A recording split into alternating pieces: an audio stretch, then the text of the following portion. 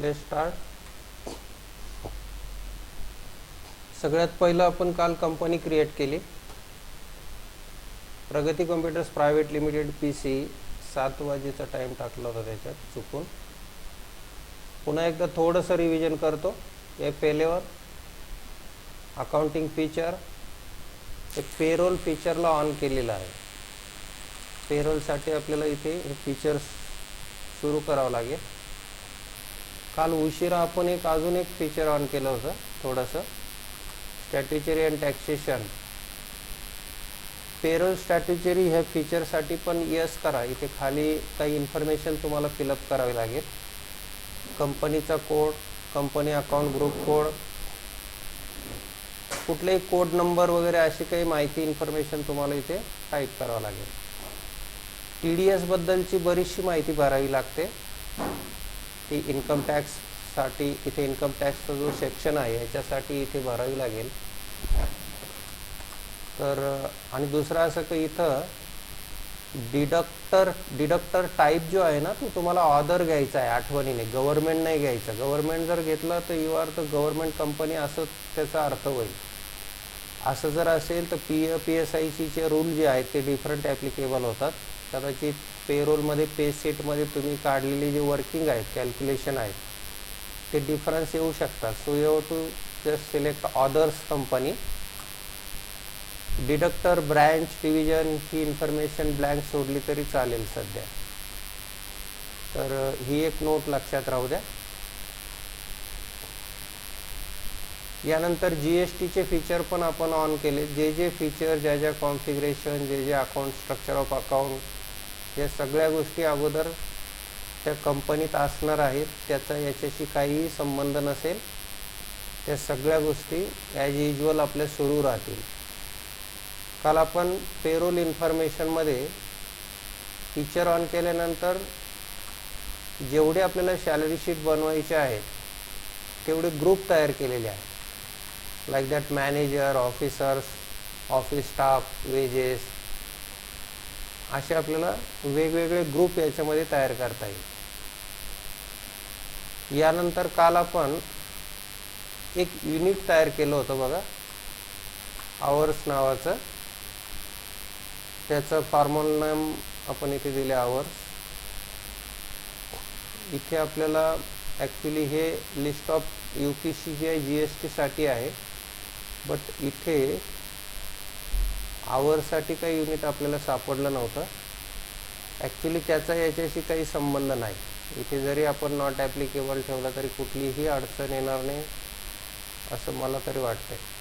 इथे not applicable ठेवा आणि नंबर ऑफ डेसिमल प्लेसेस 0 ठेवा. ठीक आहे, ओके. देन आपण अटेंडन्स आणि प्रोडक्शन टाईप्स याच्यामध्ये एक डेज नावाचं अटेंडन्स टाईप केलं आपण. डेज नेम डेज आणि इथे attendance type attendance leaves with pay असं आपण एक अटेंडन्स टाईप तयार केला. एक ओव्हरटाईम नावाचं एक अटेंडन्स प्रोडक्शन टाईप आपण तयार केला. त्यासाठी नेम ओव्हरटाईम दिला. इथे OT असं म्हटलं तरी चालेल. हा प्रायमरी ठेवा. अटेंडन्स टाईप मात्र प्रोडक्शन घ्या. इथे चूक होऊ शकते तुमची, पण ओव्हरटाईमला आपल्याला प्रोडक्शन असंच घ्यावं लागेल, कारण ओव्हरटाईमची कॉन्सेप्टच अशी आहे का प्रोडक्शन किंवा महत्त्वाचा बिझनेस वाढवण्यासाठी जे एक्स्ट्रा आवर्स वर्क केलं जातं त्यासाठी आपल्याला इथे टॅलीने तरी only one option is given, production. Just you have to select production type. Overtime देताना एक्स्ट्रा तासावरती देतोय म्हणून आपण जे युनिट तयार केलेलं आहे ते इथे सिलेक्ट करावं लागेल. आपण जेवढे युनिट तिकडे तयार केले ते लिस्टमध्ये दिसेल. ॲक्च्युली पेरोलसाठी तरी आपल्याला एवढं एकच युनिट सध्या लागतं आहे म्हणून आपण ते आवर्स नावाचं एक युनिट आहे ते इथे सिलेक्ट केलं.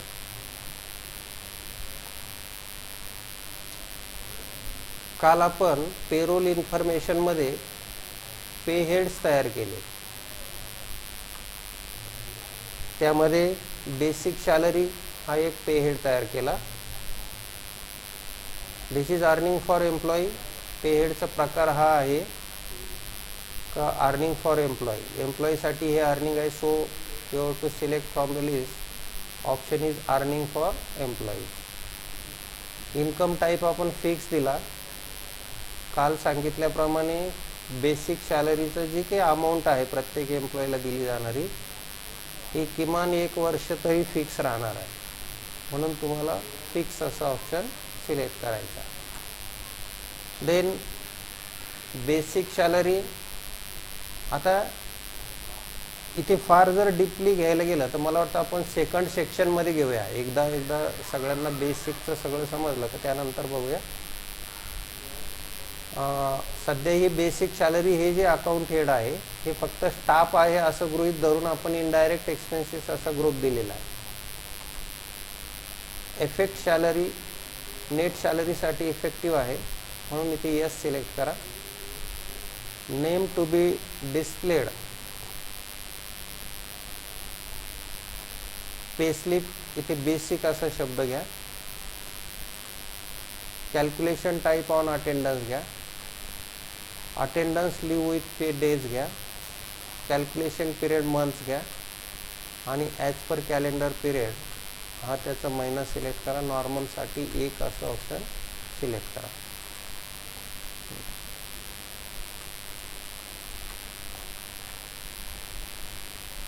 त्यानंतर आपण एक पे हेड तयार केलं होतं डिअरनेस अलाउन्स. त्याला आपण शॉर्टली DA असं म्हणतो. हे हेड सुद्धा अर्निंग फॉर एम्प्लॉईज आहे. फिक्स राहणार आहे. Indirect expenses yes DA as computed value. आता इथे ॲज कॉम्प्युटेड व्हॅल्यू काय घेतला आपण आठवत असेल तुम्हाला. हे कारण प्रोडक्शनवरती डिपेंड नाही किंवा अटेंडन्सवरती डिपेंड नाही तर हे डिपेंड्स आहे बेसिक सॅलरीवरती. It is to be calculated. So we have to select as computed value. Normal rounding 1 करा. कॉम्प्युट करण्यासाठी आपल्याला एक फॉर्म्युला द्यायचा आहे किंवा सिलेक्ट करायचा आहे. सो ऑन स्पेसिफाईड फॉर्म्युला हा ऑप्शन तुम्हाला इथे सिलेक्ट करावा लागेल. पे हेड बेसिक सॅलरी आहे. इथं आल्यानंतर स्लॅब टाईप व्हॅल्यू नाही तर पर्सेंटेज आहे 20%. इथे अजून एक इन्फॉर्मेशन देऊन ठेवतो. समजा अशी कल्पना करा की जुलैपासून हे पर्सेंटेज 25% होणार आहे. आता टॅलीची बरीचशी कॉन्सेप्ट तुमच्या लक्षात आलेलीच आहे. इथे 1 जुलै टाकू शकता तुम्ही. कॉपी फॉर्म प्रेवियस व्हॅल्यू म्हणू शकता आणि इथे पर्सेंटेजमध्ये 25% करू शकता. आता ऑटोमॅटिकली एप्रिल मे आणि जूनची सॅलरी 20% डिअरनेस अलाउन्सने निघेल वर्कआउट होईल आणि जुलै महिन्याची जी सॅलरी आहे किंवा further that dearness allowance will be automatically calculated by 25%. तर ही एक कॉन्सेप्ट आहे. इथे आपण ॲड करतो. जेव्हाही कधी सॅलरी चेंज होईल त्यावेळेस तुम्हाला अल्टरमध्ये जाऊन त्या महिन्याचे जे महिन्याची सॅलरी काढायची ते हेड जे चेंजेस आहेत तेच हेड फक्त चेंजेस करायचे. DA नंतर आपण हाऊस रेंट अलाउन्स हे आपण क्रिएट केलेलं आहे. This is also earning for employees. It will be fix. So you have to select fix. Indirect expenses. Effect net salary definitely yes. Name to be displayed in the pay slip HRA. It is also computed value. We have to calculate that value. So option is to be selected as computed value. Normal rounding yes. Yes करून normal rounding option घ्यायचा आणि 1 रुपये nearest 1 RuPay. Specified formula. इथे तुम्हाला 2 account head select करायचे आहे की नाही. हे अकाउंट हेड पण आहेत आणि पे हेड पण आहेत. हे लक्षात घ्या. तर हे पे हेड 2 सिलेक्ट करायची. बेसिक सॅलरी आणि डिअरनेस अलाउन्स आणि इथे एंड ऑफ लिस्ट करा. ॲक्च्युली पहिले दोनच सिलेक्ट केलेले असल्यामुळे ते एंड ऑफ लिस्ट पण तुम्हाला करावं लागणार नाही. 1 एप्रिल पर्सेंटेज 10%.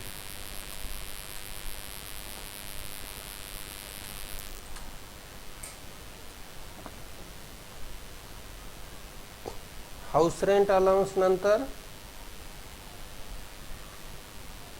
लोकल कन्व्हेन्स नावाचं पेहेड आपण क्रिएट केलं.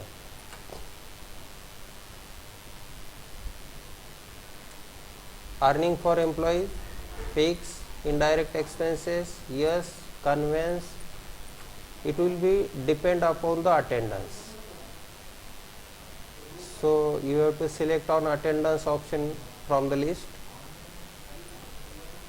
Attendance leave with pay days हे ऑप्शन सिलेक्ट करा. कॅल्क्युलेशन पिरियड पण डेज घ्या.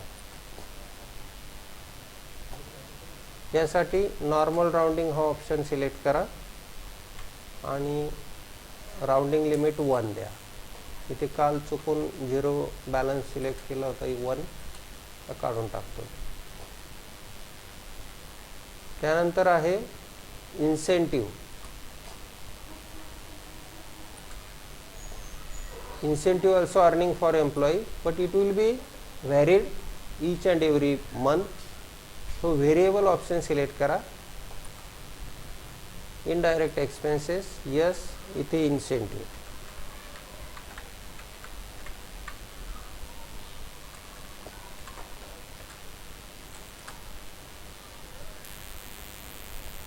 कॅल्क्युलेशन चा टाइप जो आहे तो फ्लॅट रेटने होणार आहे.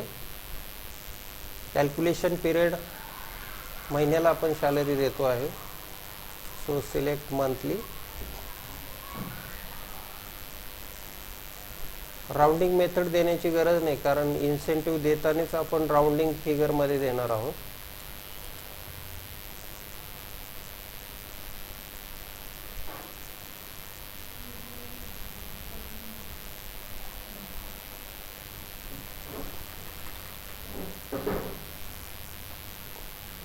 त्यानंतर आपण काल प्रोफेशन टॅक्स नावाचं एक डिडक्शन हेड तयार केलं होतं. तर डिडक्शन हेड तयार करताना सुद्धा पे हेडमधूनच तयार करायचे आहेत आपल्याला, हे एक लक्षात राहू द्या. जरी सॅलरी शीटचे 2 पार्ट आहेत, एक पे हेड आणि डिडक्शन हेड्स, पण क्रिएट करताना मात्र आपल्याला टॅलीमधनं पे हेड्स ह्याच ऑप्शनमधूनच जायचं आहे. फक्त त्याचं नाव असेल प्रोफेशनल टॅक्स, बट इथे खाली जो टाइप आहे तो मात्र सिलेक्शन करताना तुम्हाला डिडक्शन, स्टॅट्युटरी डिडक्शन्स असा ऑप्शन इथे सिलेक्ट करायचा आहे. इथे त्याचं कॅटेगराइज होणार आहे पे हेड आणि डिडक्शन हेड्स. आता बघा, प्रोफेशन टॅक्स ज्यावेळेस आपण हेड तयार केला होता किंवा डिडक्शन हेड तयार केला होता, त्यावेळेस आपण स्टॅट्युटरीचं फीचर ऑन केलेलं नव्हतं बघा. त्याच्यामुळे आपण इथे फिक्स असं ऑप्शन सिलेक्ट केलं होतं. आता इथे आपोआप ते एक ऑप्शन इथे येणार आहे तुमच्यासाठी. तुम्हाला इथे प्रोफेशनल टॅक्स हे ऑप्शन इथे सिलेक्ट करायचं आहे आठवणीने. इथे रजिस्ट्रेशन नंबर जर तिकडे टाकला तर इथे टाकायची गरज नाही. इथेही टाकला, सध्या टाकला तरी चालेल, नाही टाकला तरी चालेल. बट तुम्हाला ग्रुप देताना मात्र ड्युटीज अँड टॅक्सेस असा सिलेक्ट करायचा आहे. इथे प्रोफेशनल टॅक्ससाठी शॉर्ट फॉर्म आहे PT. As computed value, months normal rounding 1 करा. ऑन स्पेसिफाईड फॉर्म्युला, काल सांगितल्याप्रमाणे PT ह्या जेवढे पे हेड असतील तुमचे ओव्हरटाईमसह, basic salary, dearness allowance, house rent allowance, local conveyance, incentive, add pay head, overtime. Overtime नावाचा पे हेडच आपण तयार केला नाही बघा काल, ओव्हरटाईम. तर आपल्याला तो अगोदर तयार करून घ्यावा लागेल.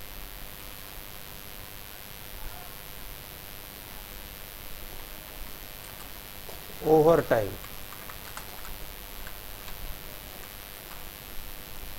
this is also earning for employee. It will be variable. Actually it is the direct expenses. Short form टाका. इथे ऑन प्रोडक्शन असं म्हणा. इथे खाली प्रोडक्शन टाईप ओव्हर टाईम द्या, नॉर्मल राउंडिंग 1 करा. काल आपण हे पे हेड बद्दल चर्चा तर केली, परंतु क्रिएट केलं नव्हतं. मी पुन्हा इथे प्रोफेशन टॅक्समध्ये जातो. इथे पण आपल्याला अल्टर करावं लागणार आहे. इथे आता प्रोफेशन टॅक्स घ्यावा लागणार. Duties and taxes, yes as computed value मन. इथे घेताना बघा basic, DA, HRA, local conveyance, incentive, add pay head आणि ओव्हर टाईम हे पण ऑप्शन तुम्हाला इथं सिलेक्ट करायचं आहे. म्हणजे थोडक्यात प्रोफेशन टॅक्स कॅल्क्युलेट करत असताना जेवढ्या हेड अंडर त्याला सॅलरी दिली जाईल ते संपूर्ण हेड तुम्हाला इथे सिलेक्ट करायचे. इन शॉर्ट येते लक्षात सगळ्यांच्या?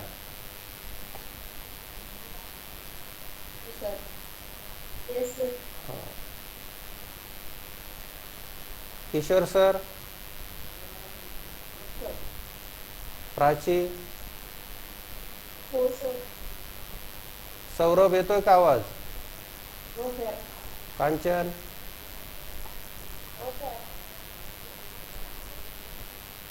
वैष्णवी,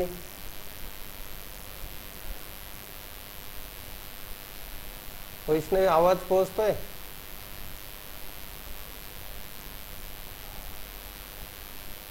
दुखला लागला वाटतं तुला.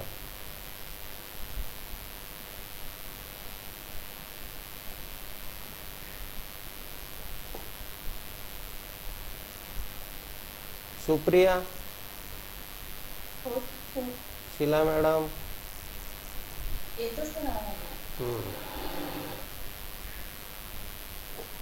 ठीक आहे, ओके.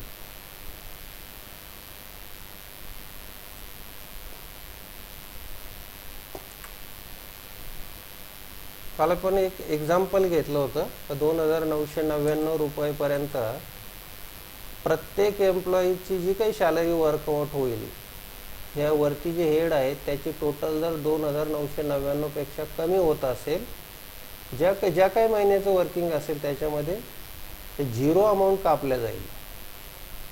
आणि 3,000 पुढे इथे बघा ग्रेटर दॅन म्हटलंय 2,999 म्हणजेच 3,000 पासून पुढे तर 4,999 पर्यंत 30 रुपये अशा पद्धतीने हे स्लॅब इथे टाकलेले आहेत बघा.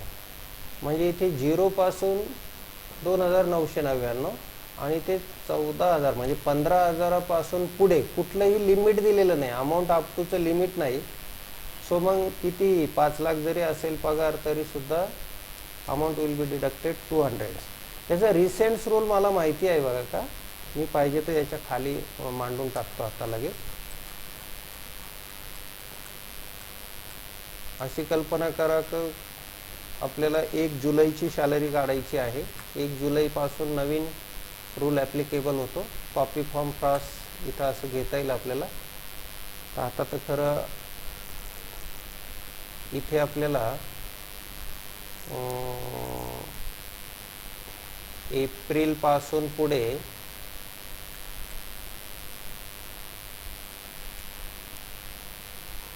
स्टार्ट फ्रेश करतो. इथे व्हॅल्यू घ्यायचं 200 सरळ असं घ्यायचं आहे आता. आणि फक्त मार्च महिन्यामध्ये 1 मार्चमध्ये इथे स्टार्ट फ्रेश म्हणायचं. कितीही व्हॅल्यू असो इथे आपल्याला 300 रुपये कापायचं.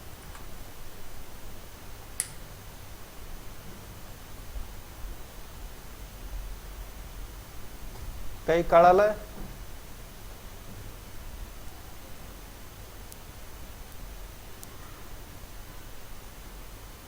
नवीन रूल नुसार काय होईल आता?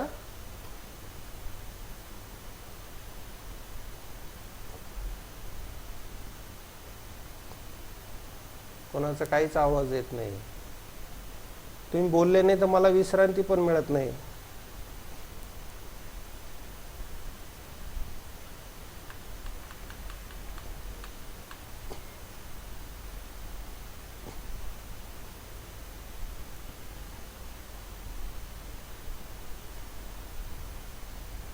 तेजश्री,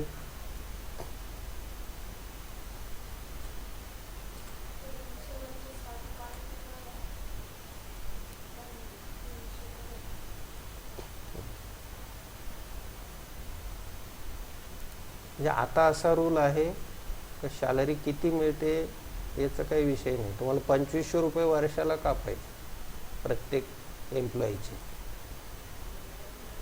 मग आपण कॅल्क्युलेशन कसं केलं, एप्रिलपासून ते फेबपर्यंत 200 रुपीज पर मंथ, म्हणजे 11 मंथचे 200 प्रमाणे किती रुपये झाले, 2200 राईट. तर 2500तून 2200 गेल्यावर किती राहिले, 300 रुपये. तर शेवटचा एक महिना बाकी ना, 12th महिना 12 मार्चचा. तर इथे आता आपण काय केलं, इथं खरं 1 एप्रिल पाहिजे आता, आहे की नाही, पण आता तो घेणार नाही कारण आपण इथे 1 एप्रिलला वेगळा रूल दिला, कळलं. तर तुम्हाला आता काय करावं लागेल, इथं 1 जुलै मी म्हटलं इथं, ते 1 जुलै असं रूल टाईप करू शकता तुम्ही, तर इथे दर महिन्याला 200 रुपये कापले जातील जुलैपासून पुढे. तर जोपर्यंत मार्च येत नाही ना तोपर्यंत कंटिन्यू टॅली काय करेल, 200 रुपीज कापत जाईल. तो आता हे रूल बघणार नाही वरती त्याची सॅलरी कमी आहे का जास्त आहे, काहीच बघणार नाही. इथे काय सांगितलं त्याला, 200 रुपये व्हॅल्यू कटिंग करत जा, टॅली कापत जाईल. त्याला जेव्हा इथे मार्च महिन्याची सॅलरी बनवाल तर टॅली मग इथे जाऊन बघेल, अरे यार इथं मार्चला 300 दिसतात आहे, टॅली इथे त्या महिन्यात फक्त 300 कापाय, बाकी वगैरे जुलै टू मार्च 2200 बरं का, इथं रिव्हर्स नाही पुढेच आहे, 22 आहे, तर मग इथे 300 कापा. ऑनलाईन बॅच कळतंय प्राची,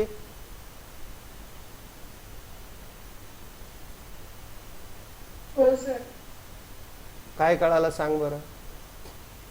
आता नवीन रूल्स प्रत्येक मतलब म्हणजे प्रत्येक प्रोफेशनल एम्प्लॉईला म्हणजे एम्प्लॉईच्या सॅलरीमधून काढण्यात जाते. त्याला कमी जरी असली म्हणजे किती सॅलरी आहे ते डिपेंड नाही करत. बरं, किती कट करायचे, किती मॅक्झिमम डिडक्शन किती आहे, 2500. राईट. मग कसं कॅल्क्युलेशन, त्याचं बायफर्गेशन कसं केलं आपण, एप्रिलपासून फेबपर्यंत 200 रुपीज प्रत्येक महिन्याचे आणि मार्चमध्ये 300. राईट. तर अशी मांडणी पण आपण करू शकतो, बरोबर. मागच्या वर्षी अजून एक वेगळा रूल होता बघा, महिलांसाठी याच्यामध्ये फक्त 2400 रुपये एवढंच होतं, ऐकलंय. म्हणजे त्यावेळेस आपल्याला फक्त एप्रिलपासून 200 टाकून द्यायचं, 300चं सेपरेट कॅटेगरी करायची गरज नव्हती. पण मग इथे ना तुम्हाला अशा केसमध्ये प्रोफेशनल टॅक्सचे 2 लेजर अकाउंट क्रिएट करावं लागायचं, कारण एकासाठी असं दिलं, कारण इथं तर आपल्याला जेंट्स का लेडीज असं काही सिलेक्शनला पार्ट नाही. तर दॅट वॉज द डिफिकल्ट. इथे प्रोफेशनल टॅक्स फॉर मेल असं एक लेजर क्रिएट करावं लागायचं आणि प्रोफेशनल टॅक्स फॉर फिमेल असं एक लेजर क्रिएट करावं लागायचं. प्राची कळतंय, are you getting what I am telling. Yes sir. हां. मग आपल्याला ज्यावेळेस मेलचं लेजर तयार करायचं त्यावेळेस आपण हा अशा प्रकारे सेटिंग करायचं आणि फिमेलचं लेजर तयार करायचं त्यावेळेस त्याच्यामध्ये फक्त हे सेटिंग करायचं. आणि जी एखाद्या महिलेचं ज्यावेळेस सॅलरी बनवायचं त्यावेळेस त्याला फिमेलचं लेजर चिटकवायचो आपण, चिटकवायचं म्हणजे सिलेक्ट करायचं, आणि जेवढे मेल असतील त्यांना प्रोफेशनल टॅक्स मेलचं लेजर सिलेक्ट करायचं. तर ते पुढे येईल लक्षात तुमच्या अजून, ठीक आहे, ओके. पीटी नंतर आपण पीएफचं लेजर तयार केलं, employees contribution to PF, employee statutory deductions, employee state insurance, duties and taxes. इथे employees ESIC, employees ESIC, normal rounding 1. इथे ऑन करंट सब टोटल घेतलंय, याचाही अर्थ तोच होतो बरं का सगळ्या बॅचसाठी, लक्ष द्या. जर मी इथे प्रत्येक हेड सिलेक्ट केलं आणि त्याची टोटल केली तरी सुद्धा तोच अर्थ निघतो जो की याच्या आधी आपण PT साठी केलंय, आहे की नाही. पण इथे आपलं चुकलेलं आहे, काल जे आहे ना एम्प्लॉईज कॉन्ट्रीब्युशन टू PF यासाठी आपल्याला ऑन स्पेसिफाईड फॉर्म्युला घ्यावा लागेल आणि basic salary, add pay head आणि डिअरनेस अलाउन्स हे 2 ऑप्शन इथे सिलेक्ट करावं लागते.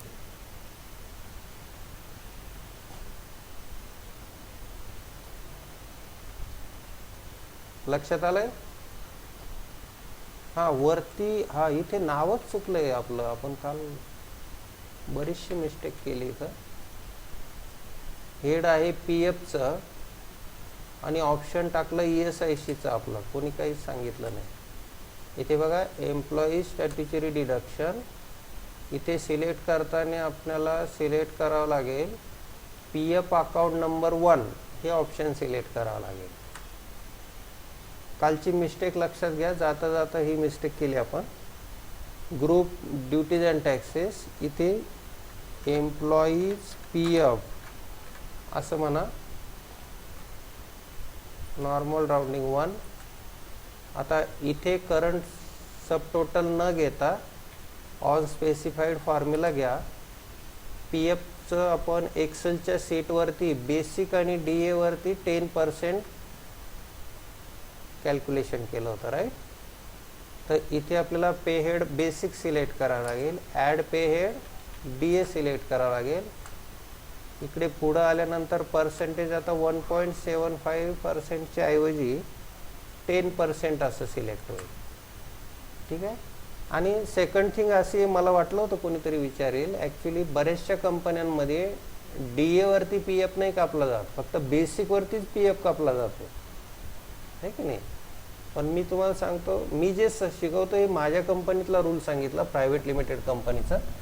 कॉर्पोरेट कंपनी इतकं तर मी तुम्हाला सांगितलं की एवढं प्रत्येक, कारण हे खूप लॉज आहेत डिफरंट. इथे जसं तिथे रूल असेल तसं तुम्हाला करायचं आहे.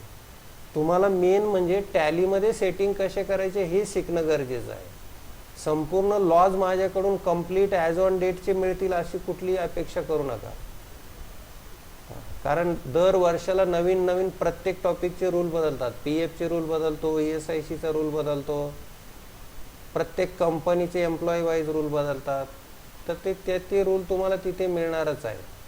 पर्सनल डिपार्टमेंट स्वतंत्रपणे हे काम करत असतं.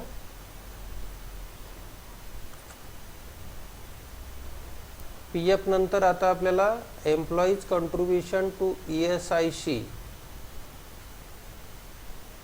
हे लेजर आपलं काल इथे तयारच केलं गेलं नाही, ते आपण तयार करूया. एम्प्लॉईज कॉन्ट्रीब्युशन टू ESIC हे पे हेड किंवा लेजर असं म्हणूया आपण याला. हे सुद्धा स्टॅट्युटरी डिडक्शन आहे. आता इथे मात्र सिलेक्ट करताना नॅशनल एम्प्लॉई स्टेट इन्शुरन्स असं सिलेक्ट करा. ड्युटीज अँड टॅक्सेस इथे ESIC एवढं दिलं तरी चालतं. Normal rounding. ESICचं काय सूत्र दिलं होतं काल कॅल्क्युलेशन करताना तुम्हाला?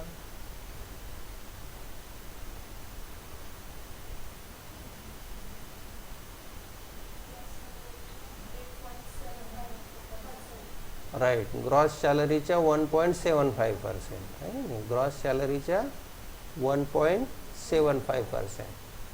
तर आता ग्रॉस सॅलरी म्हणजे इथे ऑन करंट सब टोटल घेतलं तरी चालेल ना, किंवा ऑन करंट अर्निंग टोटल घेतलं तरी चालेल. कारण आपण आता मध्ये काही असे वेगवेगळे हेड केलेले नाहीत, त्याच्यामुळे ऑन करंट अर्निंग टोटल घेतलं तरी सगळे हेड कव्हर होणार आहे जेवढे पे हेडचे आहेत ते. आता इथे 1.75% घेऊया.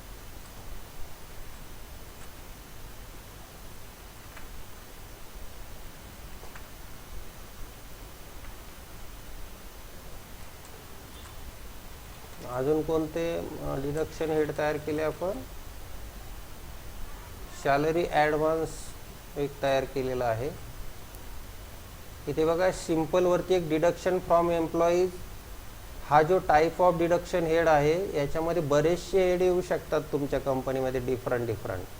आमच्याकडेच खूप होते. LIC असा एक डिडक्शन हेड होता, कारण संपूर्ण कंपनीचं कॉमन एक ग्रुप LIC केली होती सगळ्यांच्या मिळून.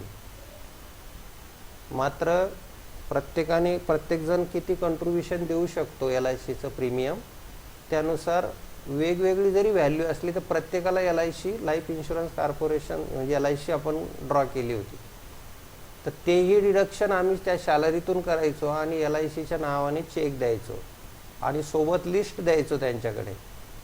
तर तो जो एजंट होता तो बरोबर ज्याच्या त्याच्या एल आय सीच्या खात्यावर जी डिडक्शन झालेली रक्कम तो भरायचा. त्याच्यामुळे फायदा एक झाला होता का कंपनीमध्ये ज्या एम्प्लॉईच्या एल आय सी पॉलिसीज आहेत त्या ब्रेक होतात, त्या ब्रेक होत नव्हत्या. कारण कुठल्याही परिस्थितीत तो कंपनी ड्युटी केली म्हणजे मग त्याची जी सॅलरी निघते त्याच्यातून रुटीनमध्ये रेग्युलर आपण प्रीमियम कट करायचो आणि तो एल आय सीला भरायचो. त्यामुळे सगळ्यांच्या जेवढे एम्प्लॉई होते सगळ्यांच्या पॉलिसीज मॅच्युअर्ड झाल्या बघा. असं वैयक्तिक जे एल आय सीच्या पॉलिसी काढतात तर माझ्या मते 100 80 लोकांच्या पॉलिसीजमध्येच ब्रेक होतात. कारण ते काही हप्ते भरत नाही, पुढे चालून किंवा 5 वर्षानंतर अमाऊंट विड्रॉल करून घेणं असे प्रकार होतात.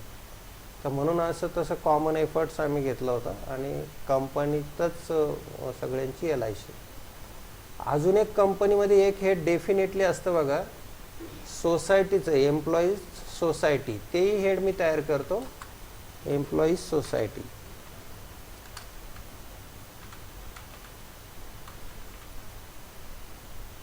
कामगारांची सोसायटी होती आमच्या कंपनीमध्ये आणि जवळजवळ प्रायव्हेट लिमिटेड कंपन्यामध्ये असतातच अशा प्रकारची एक सोसायटी असते. एक प्रकारची बँकच आहे असं म्हणा, जसं बचत गट असेल तशा प्रकारची आर्थिक नियोजन करणारी एखादी संस्था. तर त्या सगळ्या फक्त त्याच कंपनीचे जेवढे एम्प्लॉई ते त्या सोसायटीचे मेंबर असतात आणि ते लोन घेत असतात या सोसायटीकडून. एम्प्लॉईला गरजेनुसार लोन दिलं जातं. ते सोसायटीचं स्वतंत्र अकाउंट्स असतं, ती जबाबदारी तुमच्यावर नसते.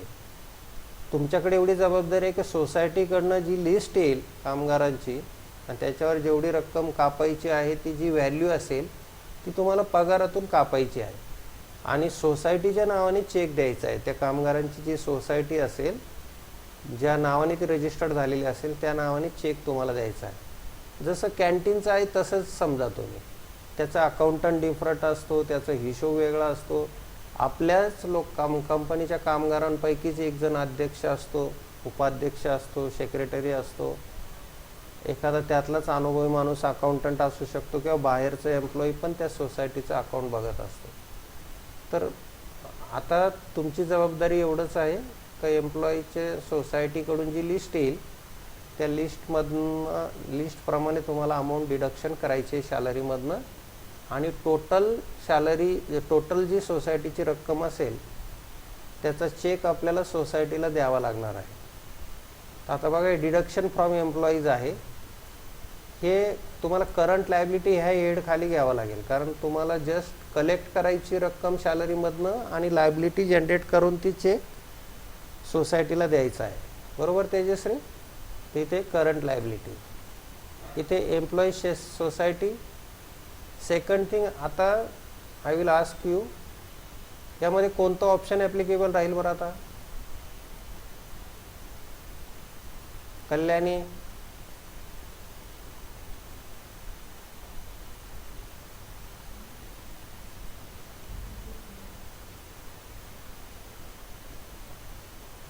आवाज येतोय का?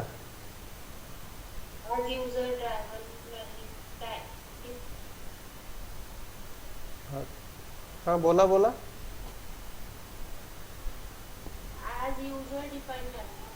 हा कोणाचा आवाज आहे? हा प्राचीचा आवाज आहे का? नामांतर झालं का?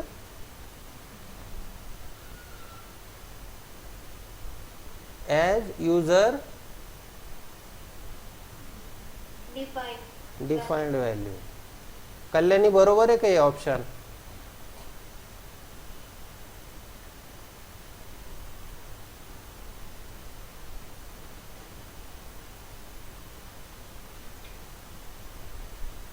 माझा आवाज पोहोचतोय का कल्याणी? घरापर्यंत येतोय का आवाज?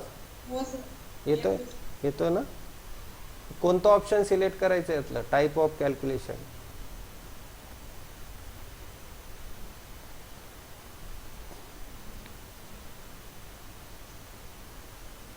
स्क्रीन दिसते ना तुला? हो. As computed value, as user define value, flat rates on attendance, on production.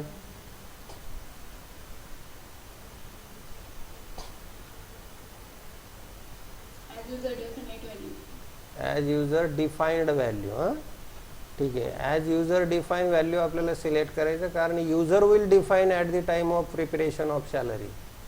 Salary बनवणारा डिसाईड करेल किती व्हॅल्यू डिडक्शन करायची. आता तो कशावरनं डिसाईड करेल? त्याच्याकडे जे सोसायटीकडनं लिस्ट येईल ना, त्याच्यावरनं तो डिसाईड करेल. प्रत्येक व्यक्तीचे डिफरंट व्हॅल्यू असणार आहे. हां, तर अशा प्रकारे. तर हे एक डिडक्शन हेड आपण इथे क्रिएट केलेलं आहे. असे खूप हेड्स असू शकतात. ते LIC प्रीमियम असं पण घेऊ शकतो. LIC प्रीमियम आपल्याकडे खूप टाईम आहे म्हणून आता घेऊया.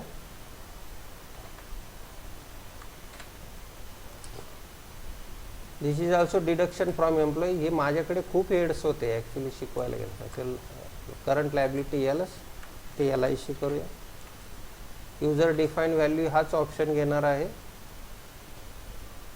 कारण ते LIC कडनं लिस्ट येणार आहे, किंवा ते एजंट तुम्हाला लिस्ट देतो कोणी किती रुपयाची पॉलिसीज काढलेली आहे आणि किती LICचा प्रीमियम ह्या महिन्यामध्ये कट करायचा आहे. एखाद्या वेळेस तो LIC एजंट काय करतो तेजश्री, एखाद्या व्यक्तीची सॅलरी निघली नसेल तर त्या महिन्यात तो LICचा हप्ता काटत नाही, पण तो दुसऱ्या महिन्यात आठवणीने तो आपल्याला लिस्टमध्ये ॲड करून देतो. ती तुमची जबाबदारी नाहीची. तो एजंट बरोबर जे नावं देईल आणि जे प्रीमियम देईल तेवढी आपल्याला कटिंग करायची.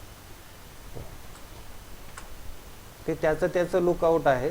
तो कोणाला एखाद्या महिन्यात सोडेल, पुढच्या महिन्यात ॲड करेल वगैरे वगैरे, किंवा डिलेड अमाऊंट भरेल, ते डिफरन्स भरेल, पेनल्टी भरेल, तो बघत असतो. ते लिस्टप्रमाणे फक्त आपल्याला वर्क करायचं आहे.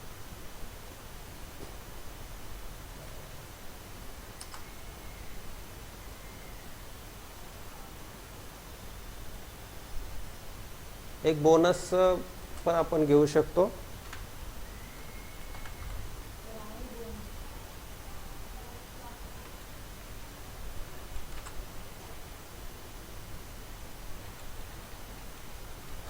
बोनसचं आपण ते तिकडे केलं होतं. आपण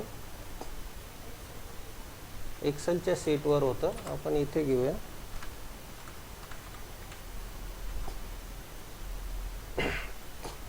हे अर्निंग फॉर एम्प्लॉई आहे. हे व्हेरिएबल असणार आहे. हा इनडायरेक्ट एक्सपेन्सेस आहे, ते बोनस राहील. आणि हा सुद्धा युजर डिफाईन व्हॅल्यू घेणार आहोत आपण, कारण हे वर्किंग डिफरंट कॅल्क्युलेट होणार आहे अशा प्रकारे. आता आपण बघा, पे हेड्स तयार केले, युनिट तयार केले, अटेंडन्स तयार केलं, ग्रुप तयार केला. आता आपल्याला एम्प्लॉईज क्रिएट करायचे आहे. Create employees. इथे मी काही उदाहरणं दाखल, आता ते सीट वाईज जात नाही, इथे काही उदाहरणं दाखल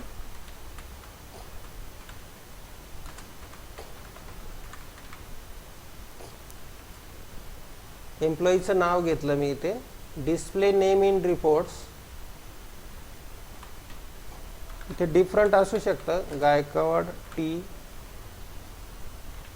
सरनेम, फादर्स नेम TS,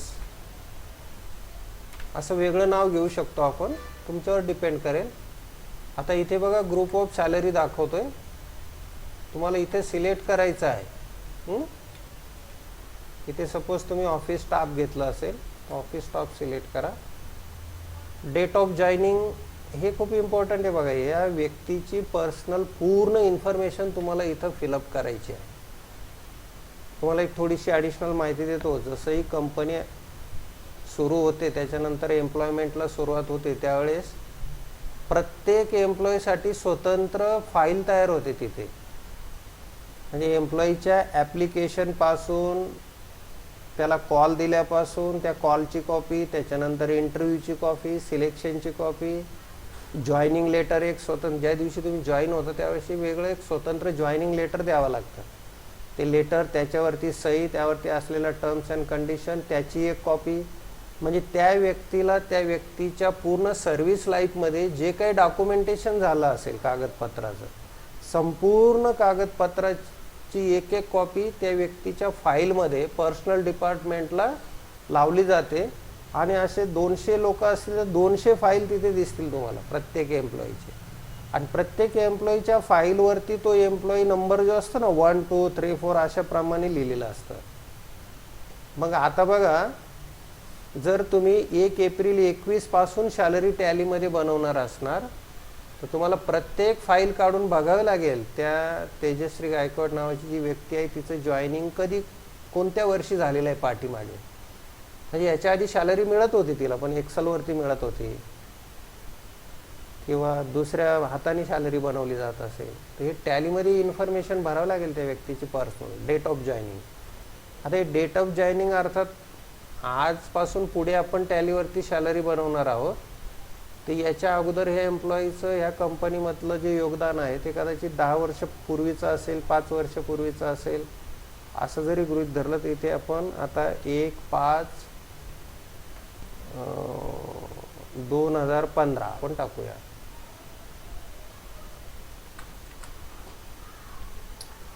म्हणजे 1 मे 2015 पासून ही जी व्यक्ती आहे, एम्प्लॉई आहे, या कंपनीची एम्प्लॉई म्हणून काम करते किंवा जॉईनिंग डेट आहे. एम्प्लॉई नंबर, आता हे कळलं असेल की मी एक्सेलमध्ये याच्यावरती एवढं लेक्चर का दिलं होतं. आता हे फाईलवरनं पण तुम्हाला कळालं असेल. अशी कल्पना करा काय हिचं एम्प्लॉई नंबर 51 आहे. त्या एक्सेलच्या शीटप्रमाणे जात नाही मी. डेझिग्नेशन्स म्हणजे ही जी एम्प्लॉई आहे हिचं हुद्दा काय आहे, कामाचा हुद्दा जे आहे ऑफिस स्टाफमध्ये आहे तर हिचा हुद्दा काय, स्टाफ आहे पण काय आहे. उदाहरणार्थ हे अकाउंट्स ऑफिसर आहे किंवा अकाउंटंट आहे किंवा असिस्टंट अकाउंटंट आहे. असिस्टंट अकाउंटंट भरपूर पोस्ट असतात. क्लर्क्स असेल. पुढचं आहे फंक्शन काय आहे. ॲक्च्युली पत्रावरती, अपॉइंटमेंट लेटरवरती किंवा कन्फर्मेशन लेटरवरती सगळ्या गोष्टी दिलेल्या असतात. काम काय करणार आहे, असिस्टंट अकाउंटंट आहे पण काय करणार आहे काम, आहे की नाही. अकाउंटचं काम बघणार आहे. हे असं का, तर टॅक्सेशनचं काम बघते का, अकाउंटचं काम बघते का, बँकिंगचं काम बघते का, कॅश. अकाउंटचं काम बघते पण अकाउंटमध्ये पण भरपूर पार्ट येतं. कॅशचं काम बघते का, बँकिंगचं काम, असं तुम्हाला इथे टाकावं लागेल. फंक्शन काय आहे, स्पेशली मेजर फंक्शन काय आहे, व्यक्तीकडे काय लुकआउट आहे. तर इथे मी अकाउंटचं दिलं, याचा अर्थ कदाचित तिला बँकेत पण जावं लागत असेल, कदाचित कॅश पण बघावं लागत असेल. तर मी असं सगळं कव्हरेज यावं म्हणून मी इथे अकाउंट्स टाकलेलं आहे. लोकेशन, हे व्यक्तीची चेअर कुठे आहे, म्हणजे ही व्यक्ती बसणार कुठे आहे. असं मागे मी म्हटलो ही व्यक्ती बसणार कुठे, ते एक मुलगा म्हणे चेअरवर बसणार. तिथे काही गाद्या टाकल्या का, तसं नाही. लोकेशन म्हणजे अनेक वेगवेगळे डिपार्टमेंट आहेत, तर नेमकं ही व्यक्ती शोधायची ठरली तर कुठे बसलेली सापडेल, चेअरवरतीच पण कुठे. तर इथे account department, account DEPT account डिपार्टमेंटमध्ये आहे. दुसरं फिमेल नावाचं जेंडर इथे सिलेक्ट करा. बघा इथे फिमेल, मेल आणि ट्रान्सजेंडर. डेट ऑफ बर्थ हे व्यक्तीच्या फाईलवरती सापडेल ती टाका. ब्लड ग्रुप टाका. हे सगळ्या गोष्टी आवश्यक आहेत. इमर्जन्सी क्रिएट झाली तर ब्लड ग्रुप पण त्या फाईलमधनं ताबडतोब तुम्हाला सांगता आलं पाहिजे काय जे असेल ते. ए पॉझिटिव्ह अंदाजे घेतो. इथे फादर्स मदर्स नेम घ्यावं लागेल, वडिलांचं नाव इथे टाकावं लागेल. यस.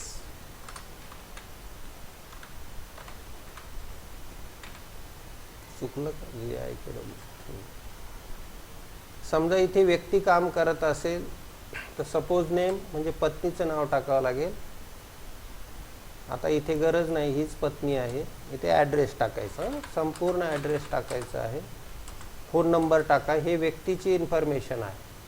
प्रोव्हाइड बँक डिटेल, जर बँके थ्रू सॅलरी होत असेल तर इथे यस करा. हे तेजश्रीचं बँक अकाउंट नंबर टाका, IFSC कोड टाका, बँकेचं नाव टाका, स्पेसिफाय बँक. ही सगळी इन्फॉर्मेशन इथे भरावी लागेल.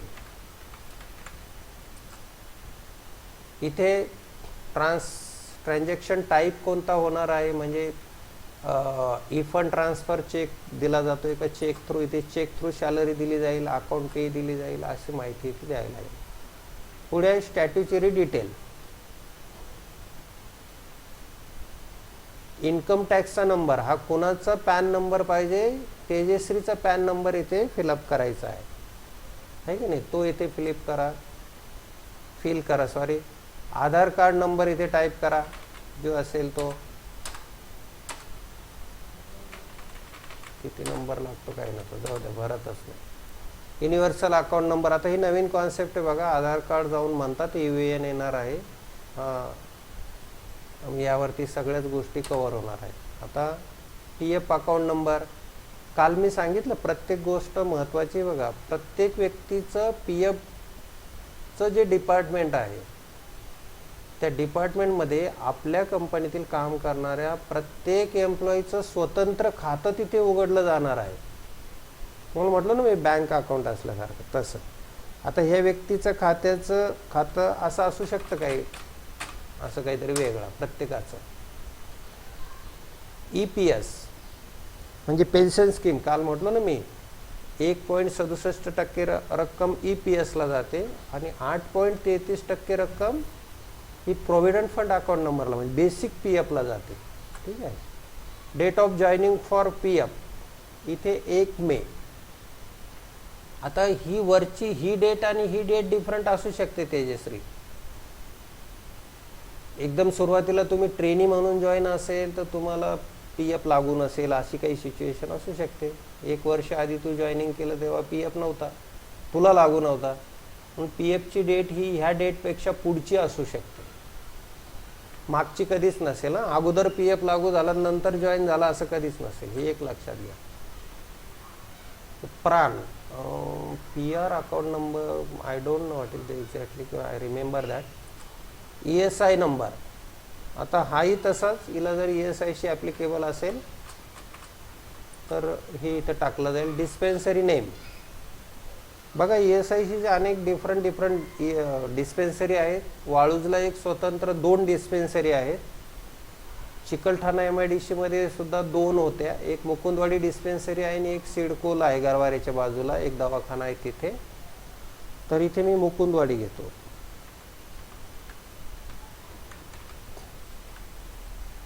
ESIशीच ॲप्लिकेबल नसेल तर ही कुठलीही गोष्ट इथे भरायची गरज नाही आहे.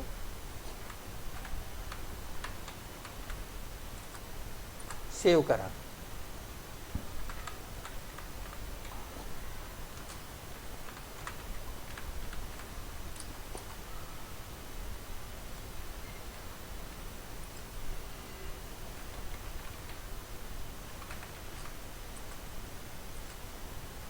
अक्का employee number,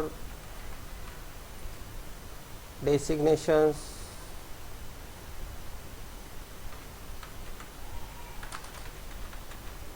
production manager, function production,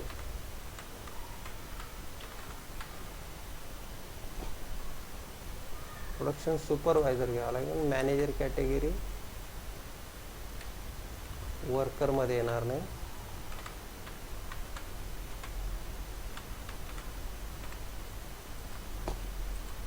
location shop floor,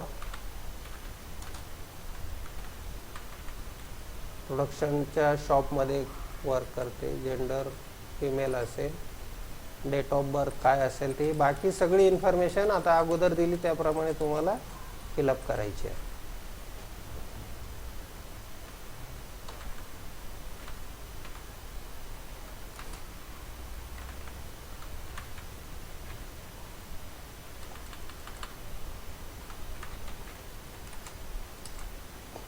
manager आहेत,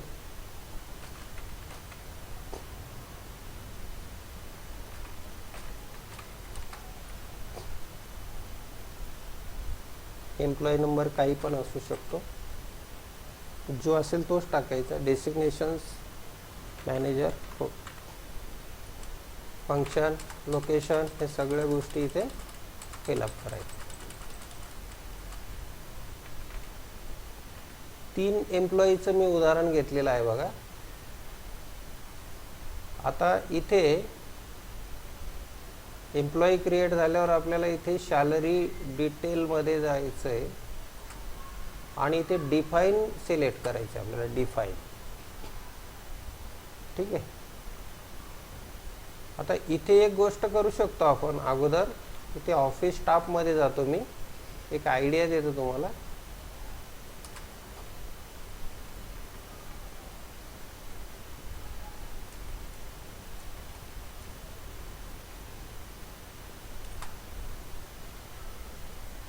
मॅनेजर इथे 1-4 टाकतो. प्रत्येक व्यक्तीला काय मिळणार हे जेवढे हेड आहे ना तेवढे क्रमवार इथे सिलेक्ट करून घ्या. बेसिक सॅलरी इथे काही टाकू नका. Dearness allowance, house rent allowance, local conveyance,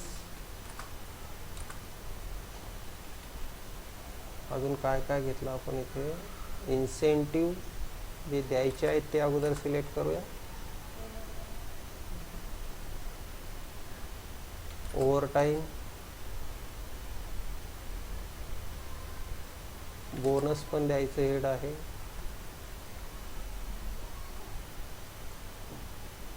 हां, आता डिडक्शन्स सुरू करूया. सगळ्यात हे क्रमवर राहू द्या. PT, PF, ESIC, canteen, recovery of compensations, recovery of employee society, recovery of LIC premium, recovery of TDS, then last salary advance. हे असं सिलेक्ट करून घ्या. इथे मिस्टेक करू नका. पण सुप्रिया झोपते का? मला तर दिसतं इथं झोपते म्हणून. नाही का? सगळं समजतंय ना? अगोदर कोणते हेड घ्यायचे?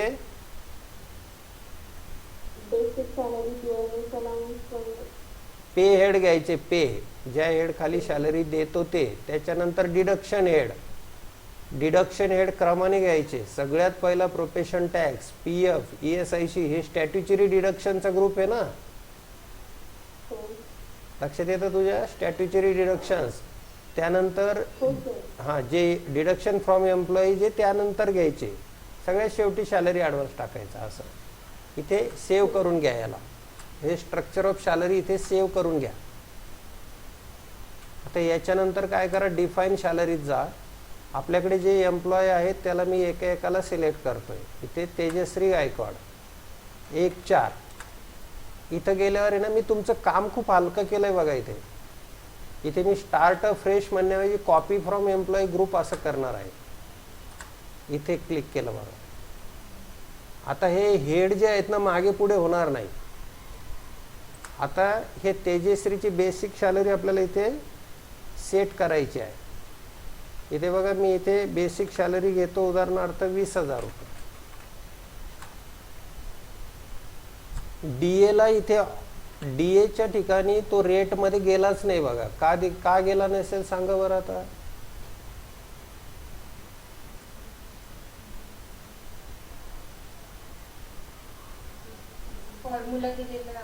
Right you R right. अगोदरच आपण फॉर्म्युला सेट केलेला आहे. त्याच्यामुळे आता पुढे काही विचारणार नाही तो. HRA पण जात नाही. लोकल कन्व्हेन्सचा रेट विचारतोय तो.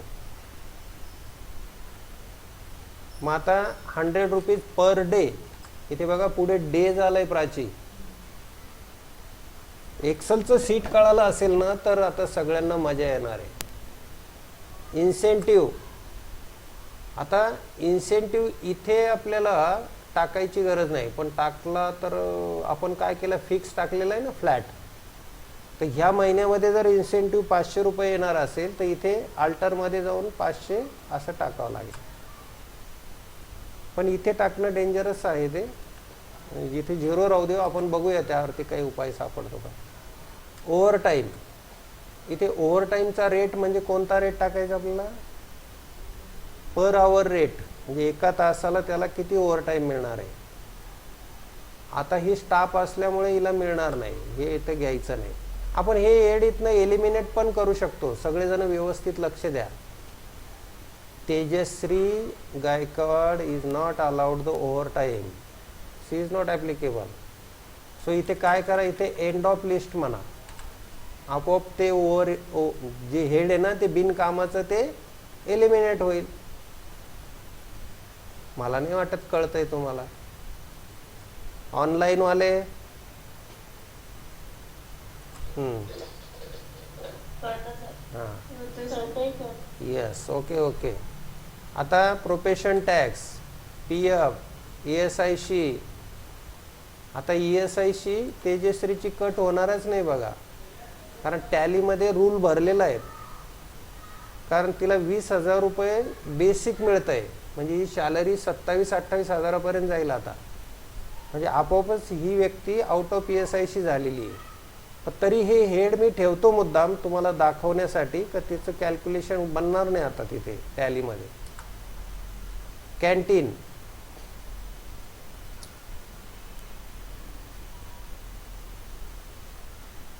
काय करायचं कॅन्टीनचं? हां, आता याच्यात पण रूल असतात. मी तुम्हाला सांगितलं कॅन्टीन कॅरिडॉरमध्ये कॅन्टीन आहे आणि त्याचं बिल येणार आहे. आणि ज्या व्यक्तीचे जेवढे अमाऊंट डिडक्शन करायचे त्याप्रमाणे तुम्हाला डिडक्शन करायचं. इथे आपण युजर डिफाईन व्हॅल्यू म्हटलेलं आहे ॲडच्या पुढं. इथं बघा डिडक्शन युजर डिफाईन व्हॅल्यू. पण असंही असू शकतं का काही ऑफिस स्टाफ असेल किंवा मॅनेजर असेल यांना कॅन्टीन फ्री असू शकते. फ्री नसते ती, ॲक्च्युली त्याचं बिल कंपनी देणार आहे. लक्षात येत आहे? आता आमच्या कंपनीत तसंच होतं. ऑफिसर्सला कॅन्टीन फ्री होती याचा अर्थ आम्हाला बिलच येत नव्हतं असं नाही. आमचं स्वतंत्र बिल यायचं आणि आमचे कॅन्टीनचे पैसे कंपनी द्यायची. ऑफिसर्स 11 लोकांना आम्हाला कॅन्टीनचं सगळं बिल फ्री. हां, कारण आम्ही थांबायचो तर एक्स्ट्राच थांबायचो ना, एक्स्ट्रा कामासाठी थांबायचो ना एक्स्ट्रा. हां, तर असं. तर आता ही ऑफिस स्टाफमध्ये अशी कल्पना करू की यांना कॅन्टीन फ्री नाही आहे. कॉम्पेन्सेशन मात्र ह्या व्यक्तीला अलाउड नाही आहे, कारण ठीक आहे मशीनवर काम करणारी व्यक्ती नाही आहे. इथे एंड ऑफ लिस्ट करा, हे हेड इथनं एलिमिनेट होईल. एम्प्लॉईज सोसायटी घेऊ शकते. She is permanent employee, so he is also member of the employee society. She can take the loan and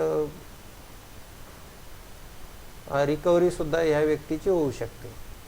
हिचं पण LIC प्रीमियममध्ये नाव असू शकतं. TDS तर असणारच आहे. हिला सॅलरी ॲडव्हान्स या व्यक्तीला गरज पडू शकते. अशा पद्धतीने प्रत्येकाचं आपल्याला चेंजेस करावं लागेल.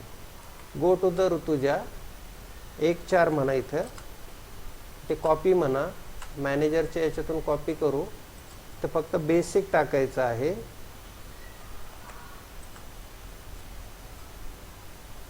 लोकल कन्व्हेन्स 150 रुपये इन्सेंटिव्ह मिळणार आहे या व्यक्तीला. पण ओव्हरटाईम पण मिळू शकेल. वेजेसमध्ये सुपरवायझर आहे,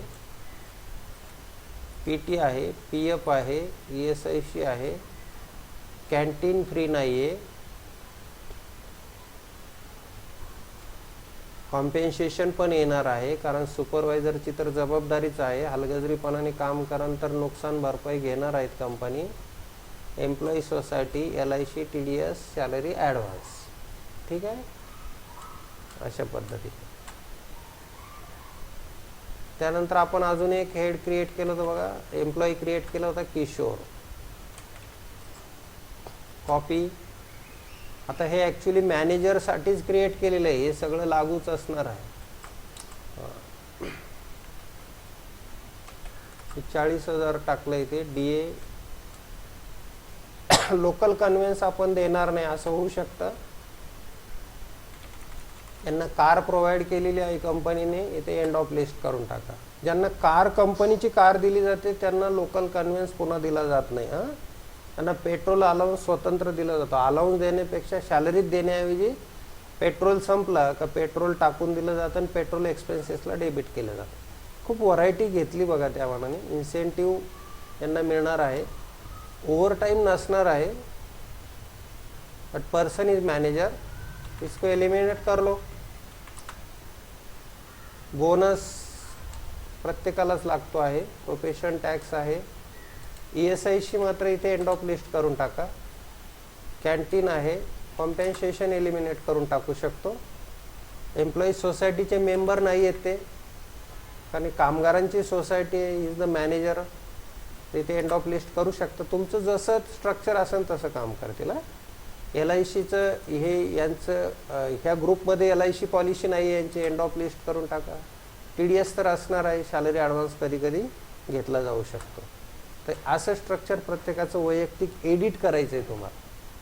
तुम्ही जर तिथं मॅनेजरच्या ग्रुपमध्ये नसतं केलं ना तेजश्री, तर इथे प्रत्येकाचं एक एक एक एक सिलेक्ट करीत जावं लागलं असतं. Like that. आता हे पे हेड पण तयार झाले. आता आपण किती वाजलेत? कितीला सुरू झाले ते? 4.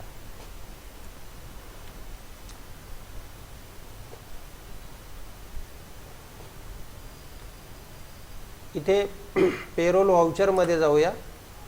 आपण आज मे महिन्याची सॅलरी प्रिपेअर करतोय. मे महिन्याची. ठीक आहे. तर मी इथे F2 प्रेस करतोय.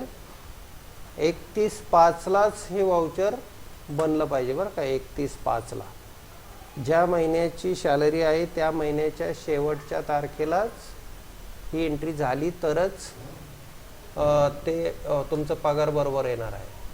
आता मला एक अटेंडन्स व्हाउचर फिलअप करायचं आहे. अटेंडन्सचं व्हाउचर म्हणजे थोडक्यात काय आहे का, पर्सनल डिपार्टमेंटकडून व्यक्तीचं नाव आणि त्या व्यक्तीचं हजेरीचा टेबल येणार आहे. इथे एक्सेलमध्ये मी जे दाखवलं होतं ना वरती 31, त्यानंतर 26, त्यानंतर ॲक्च्युअल पुन्हा 31, त्यानंतर पुन्हा ॲक्च्युअल प्रेझेंटी 22, 23 काय वाटेवा, तसा टेबल येणार आहे. हा संपूर्ण टेबल जरी भरायचा नसला तरी का नाही भरायचा, टॅलीकडे एप्रिल महिना म्हटलं तर किती महिन्याचा असतो ते कळतं टॅलीला. म्हणजे बऱ्याचशा गोष्टी टॅलीला स्वतः कळतात म्हणून टाईप नाही करायच्या, पण ज्या काही नवीन आहेत ते द्यावे लागणार आहे. तर इथे आपण आता एक एक एम्प्लॉईचं अटेंडन्स फिलअप करूया. हे ग्रुपमध्ये पण भरता येईल, वेगवेगळं पण भरता येईल. आता पहिलं घेऊया तेजश्री. तेजश्रीचं डेज सिलेक्ट करा. इथे बघा डेज आणि ओव्हरटाईम असे 2 ऑप्शन दिसतात. इथे डेज घ्या. 31 दिवस हजर आहे तेजश्री. त्यानंतर ऋतुजा डेज 22 दिवस. सुट्ट्या फार मारते ही, असं आमच्याकडे सुट्ट्याच मारते ती. त्यानंतर किशोर सर हे मॅनेजर आहेत पण तसे काय एवढे सिन्सिअर नाही. पण चला 28 दिवस प्रेझेंटी आहे. इथे एंड करा. इथे काय भरलंय आपण, प्रेझेंटी भरली त्यांची अटेंडन्स. कळलंय काही? इथे सेव्ह करून टाका. पुन्हा एकदा काय करा, याच्यामध्ये ओव्हर टाईम कोणाला होता? हां, मग आता ओव्हर टाईमची लिस्ट स्वतंत्र वेगळी आलेली असणार तुमच्याकडे. तो सुपरवायझर जे बनवतो ना, जे जे लोक ओव्हर टाईमला थांबले त्यांचं नाव आणि महिनाभरात किती आवर्स त्यांचे झाले. काल मी एक थिअरी सांगितली बघा त्याच्याबद्दल. त्याचं 2 तास ओव्हर टाईम असेल ते 4 तासाचा ओव्हर टाईम दिला जातो, डबल करून दिला जातो. तर इथे ऋतुजाच्या नावाने ओव्हर टाईम आलाय. तर मग इथे ओव्हर टाईम असा शब्द सिलेक्ट करा. आता डेज अगोदर तिचं आलेलं आहे ते तिकडं भरलं आपण, ओव्हर टाईम. आता ओव्हर टाईममध्ये हिचे 30 तास आहेत, 30. म्हणजे 15 तास तिने एक्स्ट्रा वर्क केलेलं आहे. तिला आता 30 तासाचा ओव्हर टाईम मिळणार आहे. आता अशा पद्धतीने ज्याचं ज्याचं ओव्हर टाईम आहे त्यांना सिलेक्ट करून तुम्हाला ते सगळं भरावं लागेल.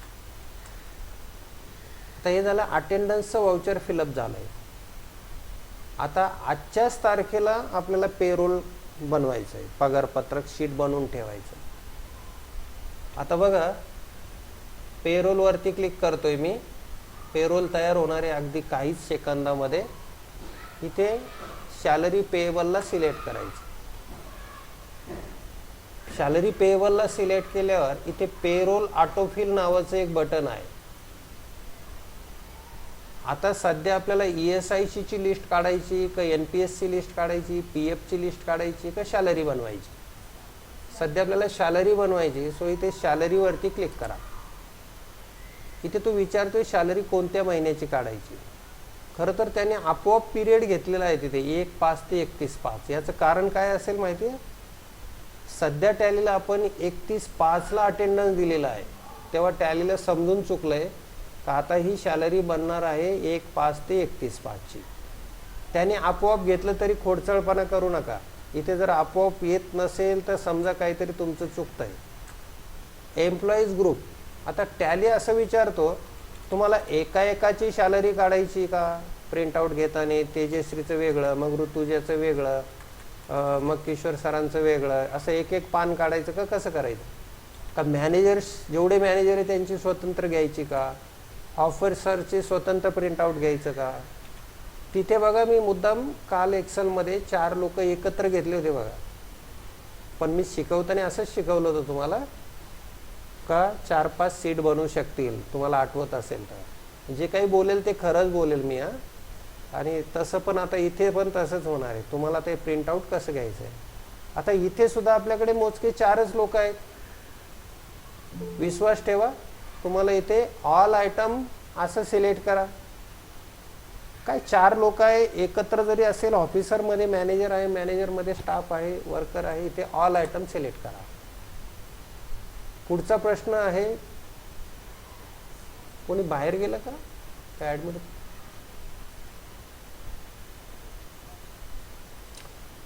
ते सॉर्ट बाय एम्प्लॉई. आता ते सॉर्टिंग आपण कसं करावं असं वाटतं बरं तुम्हाला? नेम वाईज करावं का नंबर वाईज करावं? नंबर वाईज पाहिजे आहे की नाही, नेम वाईज नाही. ते नंबर वाईज करावं. आता आपण सध्या कॅश देतोय का प्रोव्हिजन करून ठेवतोय? कारण आज आहे 31 तारीख, आजच सॅलरी बनवतोय आपण. ही सॅलरी देणार कधी आपण? जूनमध्ये. किती तारखेला? 7 तारखेला. हे तर माहीत असेल ना, पुढच्या महिन्यात 7 तारखेपर्यंत पगार दिला पाहिजे. अगोदर दिला तर चालतो, पण 7च्या पुढे शक्यतो जाऊ देऊ नये. मग आता इथे सॅलरी पेएबल म्हणा. जसे आपण पेएबलला क्लिक करू, इथे 100 लोकांची सॅलरी प्रिपेअर केलेली त्याने. हे बघा, याला बेसिक मिळणारे 17,000, DA मिळणारे 3,538. अशा पद्धतीने 24,390 आहे की नाही. आता तुम्ही म्हणाल का हे कसं काय ते बॅकला जाऊया. ते वरती क्लिक करून याला अगोदर सेव्ह करून घ्या पाहिजे. सेव्ह केल्यावर पुन्हा पेज अप करू शकता आणि मग एंटर करून इथे बघू शकता. तुम्हाला जर काही शंका वाटत असेल, काही कुठली अडचण वाटत असेल, ती तिन्ही लोकांची सॅलरी असं 1 बाय 1 इथे तयार झालेली दिसते. आता माझा एक प्रश्न ऑनलाईन वाल्यांना, आपण जेवढे हेड खाली पगार दिला आणि जेवढ्या हेड अंडर डिडक्शन करणार आहोत ते सगळे हेड तुम्हाला स्क्रीनवरती दिसतात का? Yes or no? I will ask to Kalyani, Vaishnavi.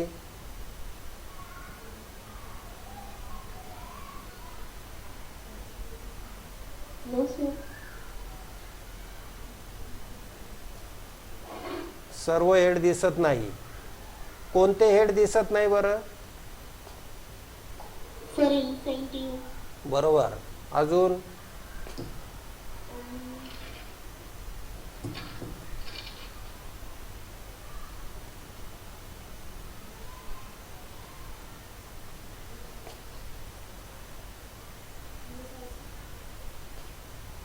Company loss. Compensation. Compensation म्हणायचं का तुला? हो. ते दिसत नाही. बोनस दिसत नाही.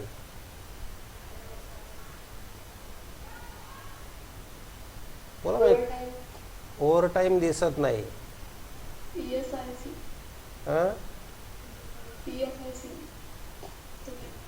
ESIC दिसत नाही असं म्हणणं आहे तुमचं.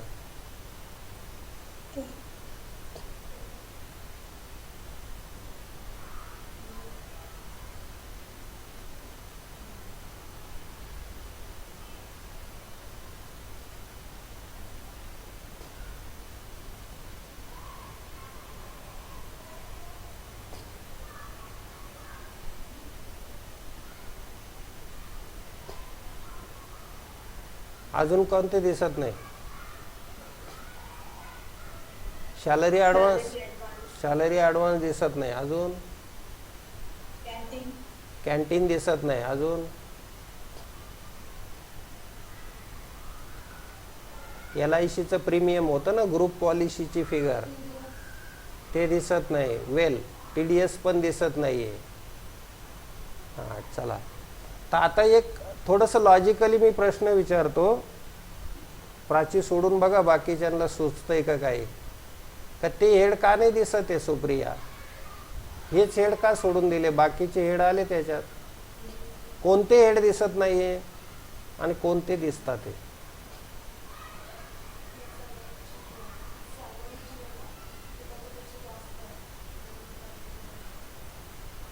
बर, एक ॲन्सर आलं इकडून, ते मी तुम्हाला सांगत नाही, तुमच्याकडनं अपेक्षा आहे. टाईप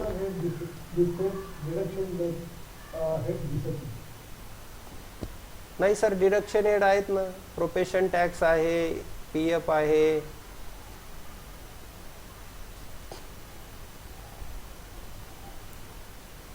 PT आहे, PF आहे.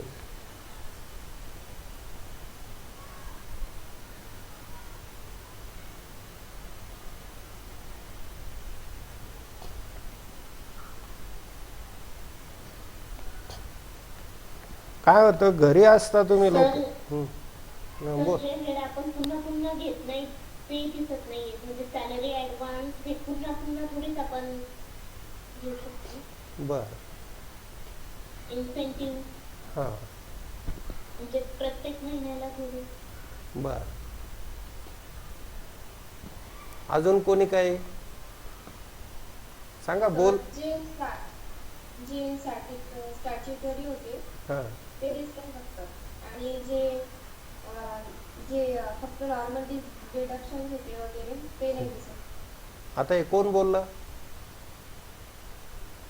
त्याच प्राची का? प्राची सोडूनच म्हटलं होतं मी. बरं ठीक आहे, बोलली, काही हरकत नाही.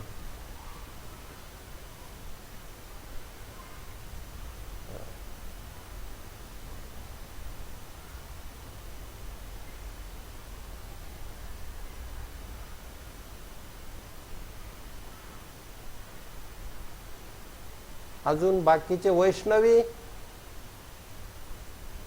कोण कोण लोक याच्यात सोडून गेले का काय?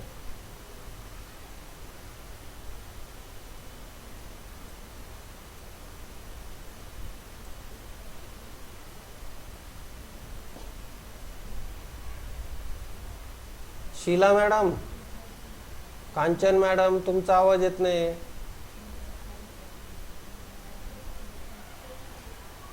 हॅलो कांचन, तुम्ही कस काय मागं पडल्या?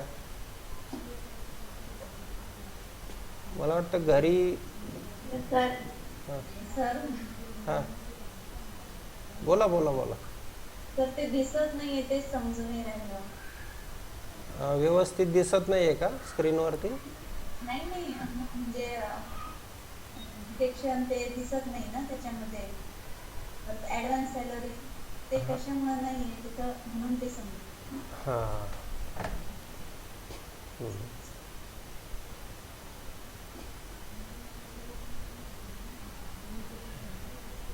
प्रश्नच तो आहे कांचन, का इथं का दिसत नाहीये? प्रश्नच तसा विचारलाय, ते इथं का दिसत नाही? असं असे कोणते हेड आहे का जे दिसत नाही आणि ते का दिसत नाही? दुसरा प्रश्न होता काय पहिलं होतं कोणते दिसत नाही, दुसरं होतं का दिसत नाही. एनिवे, प्राचीने थोडी क्ल्यू दिलीच तरी. का तुमचं उत्तर हे अपेक्षित होतं का जिथे जिथे आपण युजर डिफाईन व्हॅल्यू केलं ना, ज्या ज्या हेडला आपण युजर डिफाईन व्हॅल्यू केलं ना कांचन, आता येतोय आवाज माझा? हा, तर जिथे जिथे युजर डिफाईन व्हॅल्यू दिलं ते हेड दिसत नाही बघा इथे. त्याच्यात फक्त ESIC ला युजर डिफाईन व्हॅल्यू नाहीये तरी दिसत नाही. त्याचं कारण असं आहे की त्या ज्या व्यक्ती आउट ऑफ ESIC झालेल्या आहेत ज्यांचा पगार 15,000पेक्षा जास्त आहे, जरी त्याला ESIC तुम्ही ॲप्लिकेबल केला तर टॅलीने आपोआपच त्याला आउट ऑफ ESIC करून टाकलं. बाकी अदरवाईज जेवढे हेड आपण बघा, तुम्हाला आठवत असेल तर इन्सेंटिव्हला आपण युजर डिफाईन व्हॅल्यू दिलेला आहे. User will define at the time of preparation of salary. कारण टॅली अटेंडन्सवर नाहीच येते. दुसरं सॅलरी ॲडव्हान्सची लिस्ट तुम्हाला मिळणार आहे, ती तुम्ही टाईप करणार आहात. सोसायटीची लिस्ट मिळणार आहे, कॅन्टीनवाल्याकडून लिस्ट मिळणार आहे, TDSC इन्कम टॅक्सचा जो वर्किंग करतो माझ्यासारखा हुशार माणूस त्याच्याकडून लिस्ट येणार आहे. सर तेवढं सोडून बोला. हां, आता इथे कंट्रोल ए करायचं. काय करायचं? कंट्रोल ए. आता आपल्याला ही अपूर्ण राहिलेली सॅलरी पूर्ण करायची. त्याच्यासाठी पुन्हा एकदा इथे ऑटो फिलवर क्लिक करायचं. डेट मात्र बदलायची नाही, ऑटो फिल. आता इथे काय करायचं? इथे सगळ्यात एक नंबरचं ऑप्शन आहे बघा, युजर डिफाईन्ड. अरे मित्रांनो, मला सुद्धा हे कितीतरी दिवस समजलं नव्हतं हे कसं भरायचं. खूप प्रयत्नाने मला सापडलेलं ऑप्शन आहे. कारण आहे ना, आपण जनरली हे इथून खालचेच चेक करतो. वरचं ऑप्शन आहे नॉट ॲप्लिकेबल सारखं मी सोडूनच द्यायचो. मी म्हणायचो अरे ती युजर डिफाईनची व्हॅल्यू कुठनं भरायची.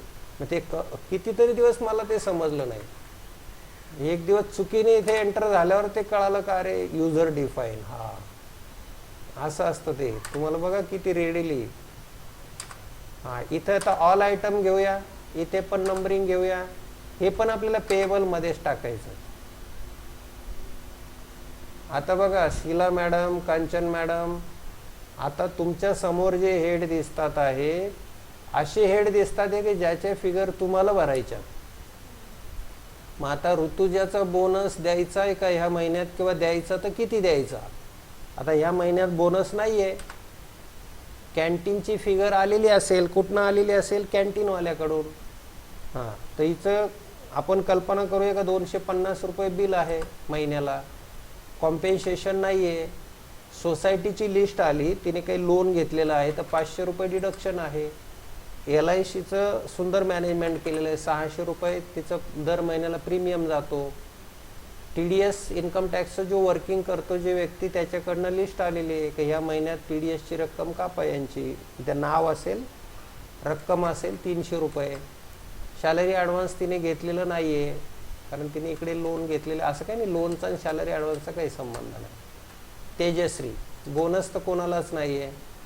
कॅन्टीन आहे तेजश्रीचं 500 रुपये, आहे काही नाही खायची.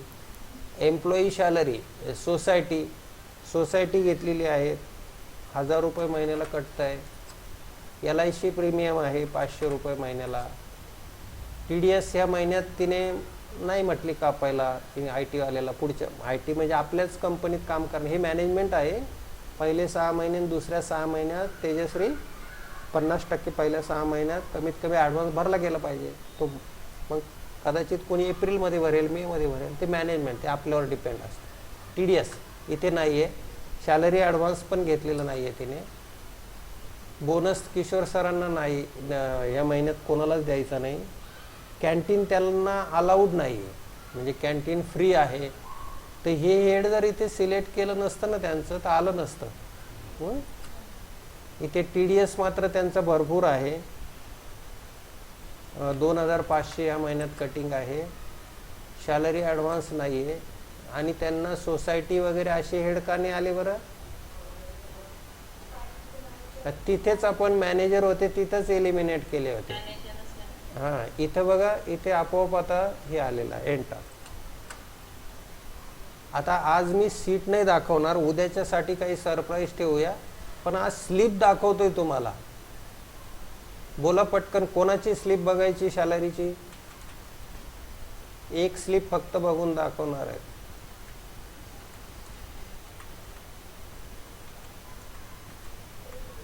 ऋतुजाची डिस्प्लेत जाऊया. इथे आपल्याला बघा पेरोल रिपोर्ट तयार होतात. स्टेटमेंट ऑफ पेरोल, सगळ्यात पहिला रिपोर्ट पे स्लिपचा आहे. त्यानंतर पे सीट आहे, पेरोल स्टेटमेंट आहे, पेमेंट ॲडवाइस आहे, लोन वगैरे घ्यायचं आहे, बरेच रिपोर्ट आहे. चलो 1 बाय 1 जाएंगे. इथे सिंगल पे स्लिप बघायची, मल्टिपल पे स्लिप फक्त लायसन्स कॉपीवरतीच बघता येतात. टॅलीच्या. सिंगल पे स्लिप दाखवतो. सगळ्यांची इच्छा आहे ऋतुजाची बघायची. अशी स्लिप तयार होते बघा. तुम्हाला वाटलं असेल एवढी मोठी पे स्लिप प्रिंट घेताना आपल्याला भरपूर छोट्या याच्यात प्रिंट घेता येते. हे बघा, एम्प्लॉई नंबर, प्रोडक्शन, हे सगळी माहिती इथं आलेली आहे. जे बघा डेज, किती दिवसाचा पगार मिळतोय तिला, 22 दिवसाची प्रेझेंटी आहे, पण 30 तास ओव्हर टाईम केला आहे तिने. तिचं असं का आली का जात नाही आणि गेली का पुन्हा लवकर येत नाही. त्याच्यामुळे ओव्हर टाईम पण भरपूर केला आहे. इथे बघा बेसिक सॅलरी 25 आहे ग्रॉसली, पण इथे तिला मिळतोय किती, 17,742. कशामुळे झाले बरं हे, अटेंडन्स कमी आहे ना त्यामुळे. इथे बघा 5,000 पण 3,548, 3,000 पण 2,100, 4,650 पण 3,300. इकडे पण अशा पद्धतीने वर्किंग झालेलं आहे. PF जर ती रुटीन आली असती तर 3,000 कटला असता, पण आता 2,100, 250, 500, 600, 300, 3,979. हातात किती पडणार आहे, 22,740 रुपये. तर असं हे इथे डिटेलवरती गेलं तर अजून हेड वाईज पण मिळेल, पण हे आपल्यासाठी आहे, तिला त्याची गरज नाही डिटेलची. इथे अल्ट P करतोय मी. सुंदर असं प्रिंट घेऊया, कोणते हेड पाहिजे, अटेंडन्स वगैरे सगळं, तर इथे यस करा. असं छोटंसं हे प्रिंट छोटंसंच आहे बघा, फार मोठं नाही. असं स्लिप मिळेल. आणि मग इथे कंपनी मालक जे आहे ना, प्रगती कॉम्प्युटर प्रायव्हेट लिमिटेड, इथे त्याची सही राहील, इथे गोल्ड स्टॅम्प राहील. आणि आता ही पे स्लिप ही व्यक्ती दाखवू शकते, ज्यांनी मागितलं पगार आहे तर किती आहे त्याचा पुरावा द्या. हां, तर ही पे स्लिप अशी दाखवता येईल. तर आज आपण आता इथेच थांबूया. भरपूर काही शिकलो आहे. उद्याही पूर्ण दिवस आपल्याला शिकता येईल. बट काही क्वेश्चन्स असतील तुमचे तर तेही विचारा, म्हणजे लगेच उत्तर देईल मी असं नाही, नोट करून ठेवेल, नंतर देईल. Let's stop here.